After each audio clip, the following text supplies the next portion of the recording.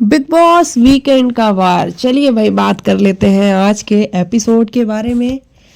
जैसा हमने सोचा था वैसा तो हुआ थोड़ा नहीं भी हुआ। थोड़ी डिसअपॉइंटमेंट भी है कि ईशा की जो क्लास लगनी चाहिए थी क्या वैसी वाली क्लास लगी। यहाँ तो क्लास सिर्फ और सिर्फ करण के ऑब्सेशन के बारे में लगी है कि ईशा अगर इस घर में आप सबसे ज़्यादा ऑब्सेस्ड किसी से हैं तो वो अविनाश और विवियन नहीं है, उनके अलावा तीसरा है और वो है करणवीर मेहरा। और आप हैं ऑब्सेस्ड करणवीर मेहरा से। मतलब सिर्फ इसी ऑब्सेशन के बारे में बात की गई, जबकि हमें ये उम्मीद थी कि वो करण वाला जो पॉइंट है जहाँ पे चीप हो जाऊंगा ऐसी वाली बात हुई थी। और ईशा ने उसको कितनी बार टर्न एंड ट्विस्ट किया अपनी बातों को, एक बार नहीं, दो बार नहीं, तीन बार, लेकिन उसके बावजूद भी उस वाली बात को तो छेड़ा ही नहीं गया। जबकि हम ये सोच रहे थे कि शायद फारा आए तो उस वाली बात को जरूर एक बार छेड़े कि ईशा वो क्या था, तुम्हारे एक वर्ड से किसी की इमेज खराब हो सकती है तो इसके बारे में तुम्हें नहीं सोचना चाहिए और तुम उसको बार बार गलत सही अपने तरीके से जो मुंह में आ रहा वो बोले जा रही हो। तो एटलीस्ट एक बार तो फरा उसके बारे में बात करेंगी, लेकिन ऐसी कोई बात नहीं हुई। तो इससे थोड़ी सी डिसअपॉइंटमेंट है कि वो वाली बात भी होनी बहुत ज़रूरी थी, लेकिन फरा ने उस बात को शायद स्किप कर दिया या फिर वो इस बात को छेड़ना ही नहीं चाहती थी।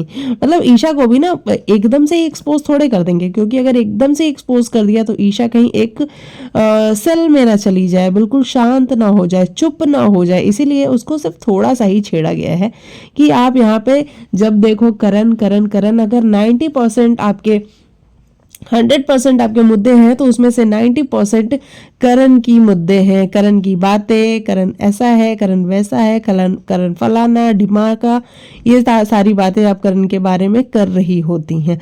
अगर वो कहीं कोने में एक्सरसाइज भी कर रहा होता है तो वहां भी आप ये बोल रही होती हैं कि देखो उस लीचड़ को, उस खराब आदमी को, उस बेकार आदमी को, कुछ नहीं कर रहा घर के अंदर, बेकार बैठ के सिर्फ उसको खाने से मतलब है और अपने एक्सरसाइज से मतलब है और किसी काम से नहीं मतलब है। तो इस तरीके की बातें ईशा को समझाएंगी। और जहाँ पे ईशा का एक बड़ा ही अच्छा सा पैटर्न है रिप्लाई करने का, ओके मैम मैं ध्यान रखूंगी, मैम मैं ध्यान रखूंगी, हाँ मुझे भी रियलाइज हो रहा था मैम कि मैं काफी टाइम से ना करण करण करण के जा रही हूँ, ओके मैम अब मैं ध्यान रखूंगी।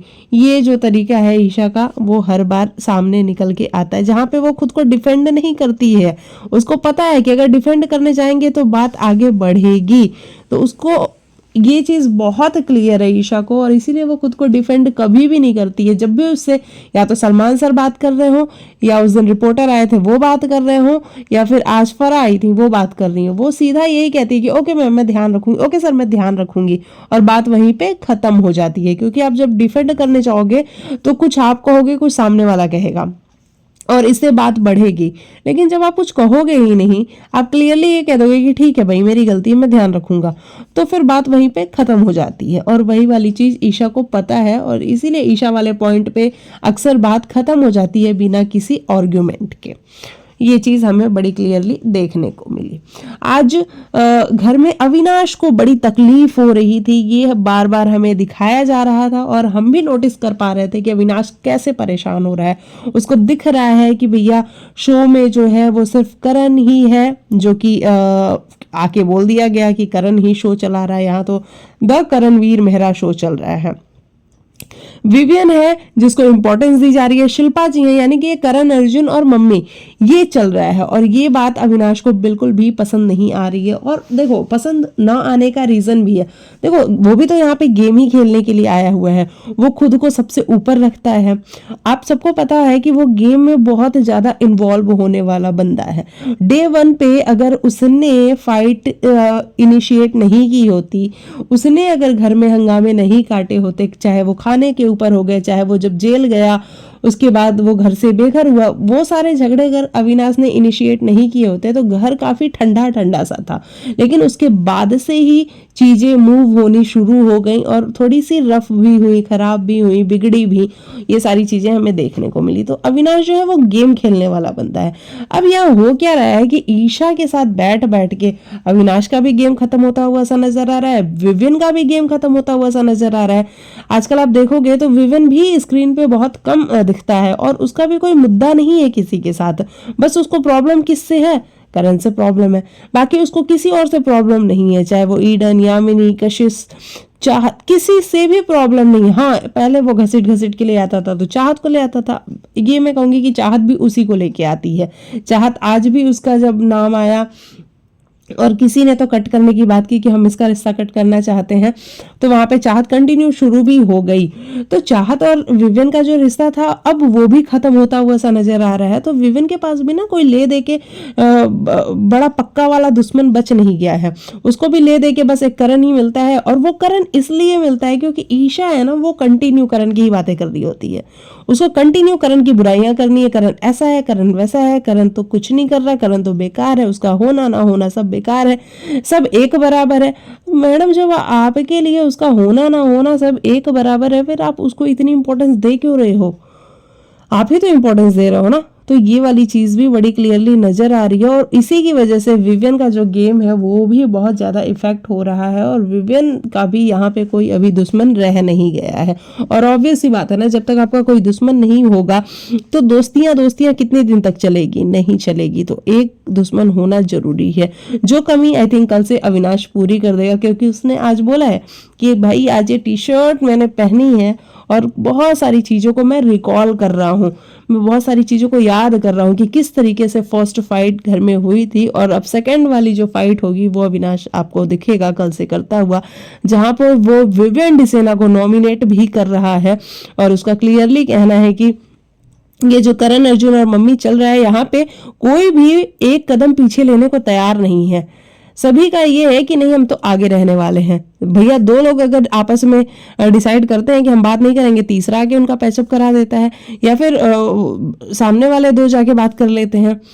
अगर एक पीछे रहना भी चाहता है तो फिर दो लोग आके उसको कहीं ना कहीं अपनी बातों में लेके जाते हैं और बातें करते हैं और बातें घूमती हैं। और भैया डे वन से ये जो करण अर्जुन और मम्मी चल रहा है ये कब तक चलेगा, इसको आई थिंक अब ओवर होना चाहिए और इसीलिए वो विवियन को भी नॉमिनेट कर रहा है। तो देखो कहीं ना कहीं एक जो करणवीर बार बार ये बात कहता है कि ये एक कैरेक्टर लेके आया हुआ है जो कि ये पिछले सीजन्स में देख रखा है इसने, ऑब्वियसली वो आसिम की बात कर रहा होता है और ये उसी को खेल रहा है, उसी को जी रहा है। तो कहीं ना कहीं विवियन को अगर अविनाश नॉमिनेट कर रहा है तो वो चीज़ बड़ी क्लियरली दिख रही है। जैसे सिड को आसिम से प्रॉब्लम, सिड और आसिम में जैसे प्रॉब्लम हो गई थी कि स्टार्टिंग में तो दोनों भाई भाई थे, बहुत अच्छा बॉन्ड था दोनों का, लेकिन आगे आने वाले दिनों में फिर वो बॉन्ड कैसे टूटा और कितना रफ हुआ। तो आई थिंक देखो रफ अविनाश की तरफ से तो फिर भी हो सकता है, लेकिन विवियन की तरफ से इतना रफ नहीं होगा क्योंकि विवियन इतना रफ बोलने वाला बंदा नजर नहीं आता। हाँ, उसकी एक जो टोन है वो बड़ी हाई टोन पे वो बात करता है, बड़ी रूड आवाज़ में वो बात करता है, लेकिन वो वर्ड्स उसके बड़े अच्छे होते हैं, उसके वर्ड्स इतने बुरे तो नहीं होते हैं। तो विवियन कोई ऐसा नहीं है कि वो लड़ेगा झगड़ेगा गालियाँ वालियाँ देगा, वो लड़े झगड़ेगा भी नहीं, गालियाँ वालियाँ भी नहीं देगा। हाँ, ये है कि एक टोन में बोल के और फिर चला जाएगा। और मुझे लग रहा है कि अब अविनाश कि आप देखा होगा जैसे ही अविनाश विवियन का नाम लेता है नॉमिनेशन में, वहाँ पे कोई एक तो है जो सीटी बजा रहा है, वो रजत है कि करण है ये मैं थोड़ा गौर नहीं कर पाई, तो वो मैं गौर करके आपको जरूर बताऊंगी कि सीटी किसने बजाई, क्योंकि भैया जो फूट डलनी थी वो फूट तो डल चुकी है और अब करण और अविनाश दोनों अलग हो चुके हैं।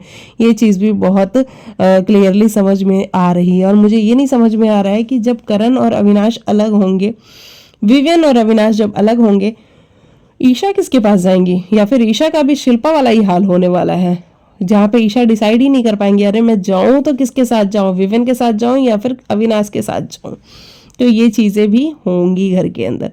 वहीं आज आपको बता दें कि नॉमिनेशन वाला जो टास्क हुआ वो बड़ा ही मुझे ऐसा लगा कि क्यों आखिर नॉमिनेट क्यों नहीं किया गया। बाहर जनता से जब बिग बॉस आप वोटिंग करवाते हो तो फिर उसको यूज क्यों नहीं करते हो अपने शो में। बाहर लोग बैठे हैं पागलों की तरफ, वोट किए जा रहे हैं कि चलो मेरा फेवरेट बच जाए और जो मेरे को नहीं पसंद है वो घर से बेघर हो जाए।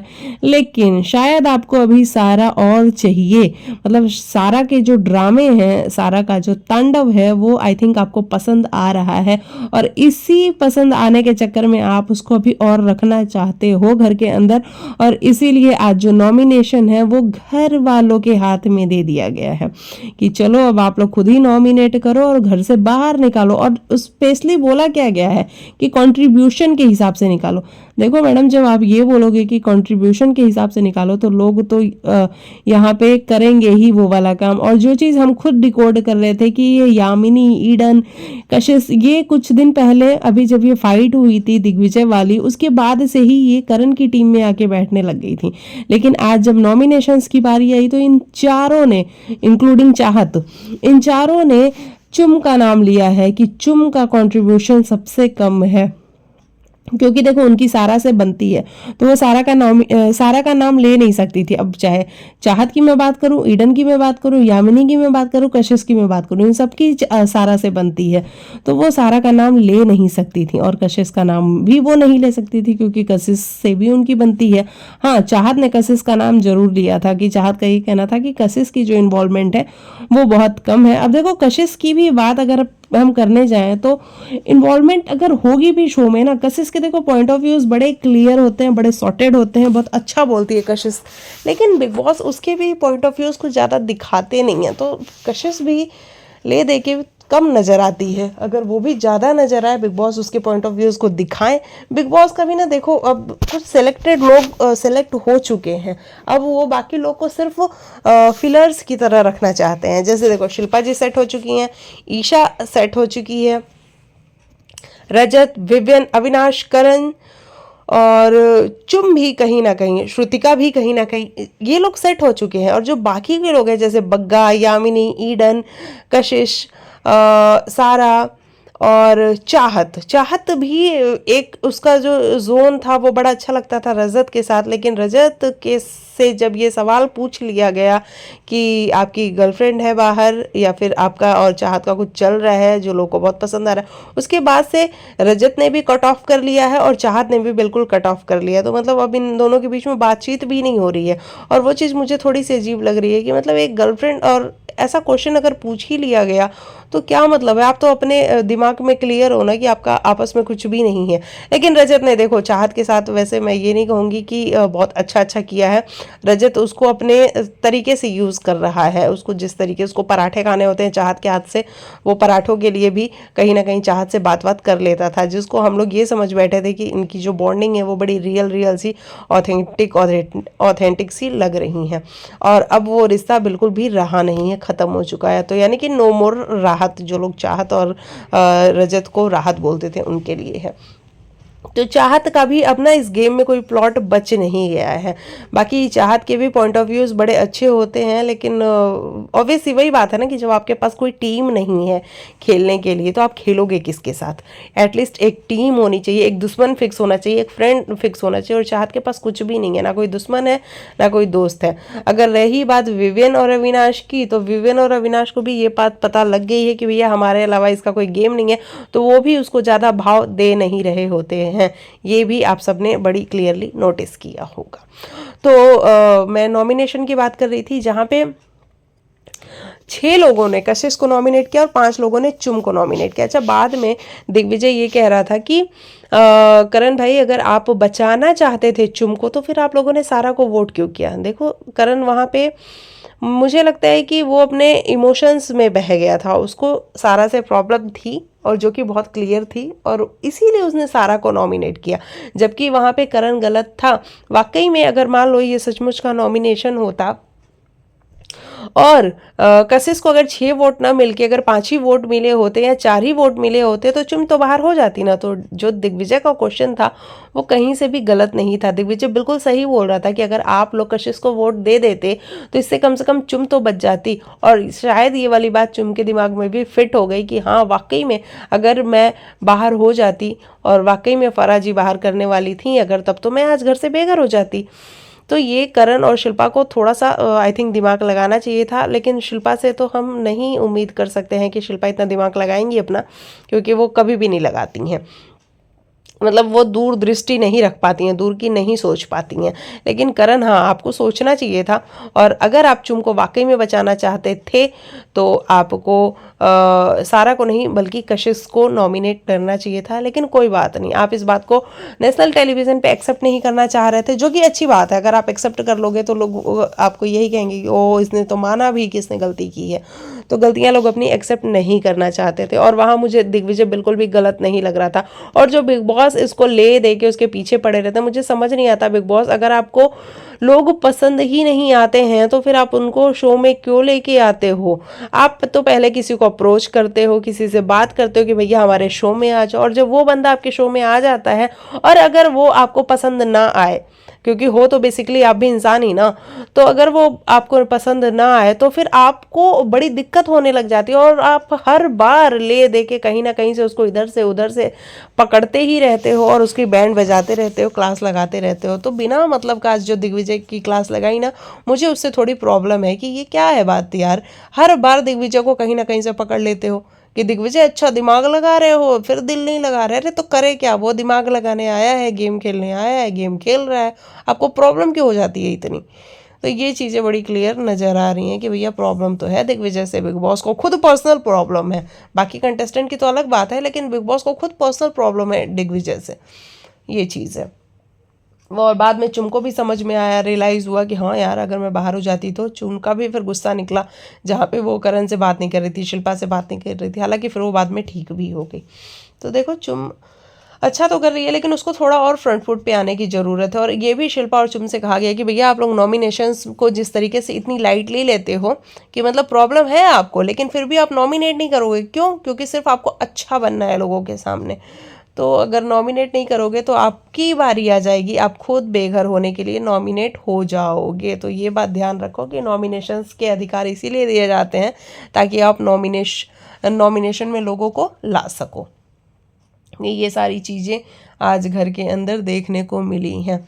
और भी ये जो सुनिधि चौहान आई थी यार, सुनिधि चौहान मुझे बहुत पसंद है क्योंकि वो इतना अच्छा गाती हैं, और क्या ट्रांजिशन किया है सुनिधि चौहान ने, भाई साहब। वो कैसी बीच में आपने देखा होगा कि कैसा मतलब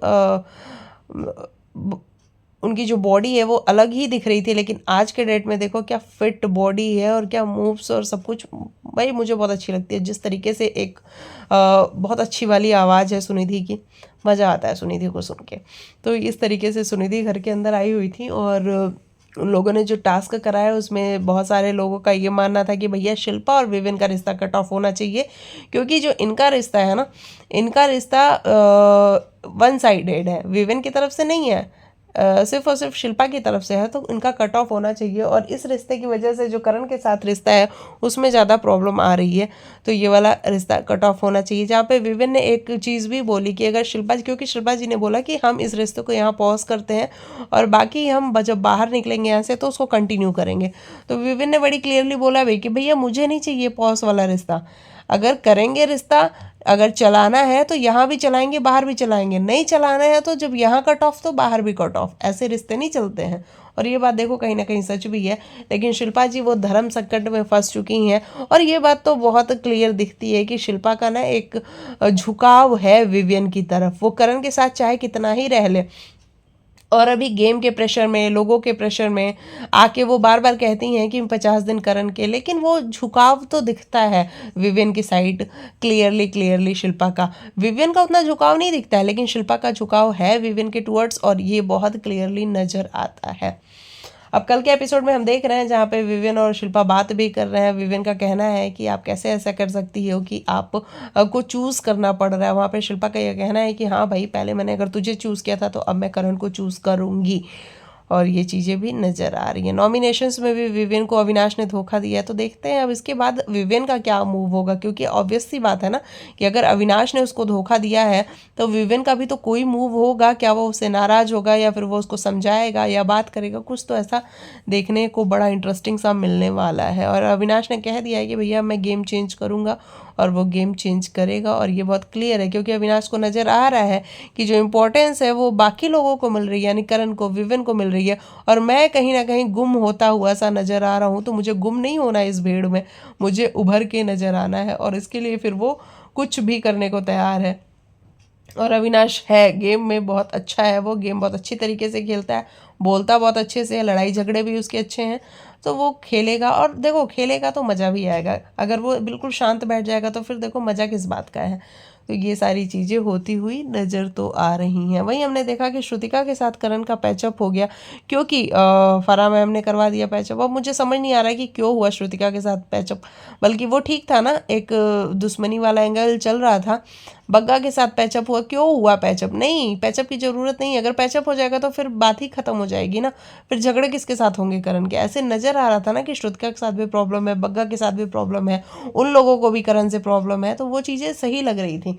तो करण आप भी थोड़ा सा अपना दिमाग को यूज़ करो और गेम में बने रहो। देखो करण बोलता बहुत अच्छा है, उसके वन लाइनर्स बहुत अच्छे होते हैं, उसका सेंस ऑफ ह्यूमर बहुत अच्छा है, लेकिन वो ना एक सॉफ्ट हार्टेड बंदा है, वो पिघल भी बहुत जल्दी जाता है।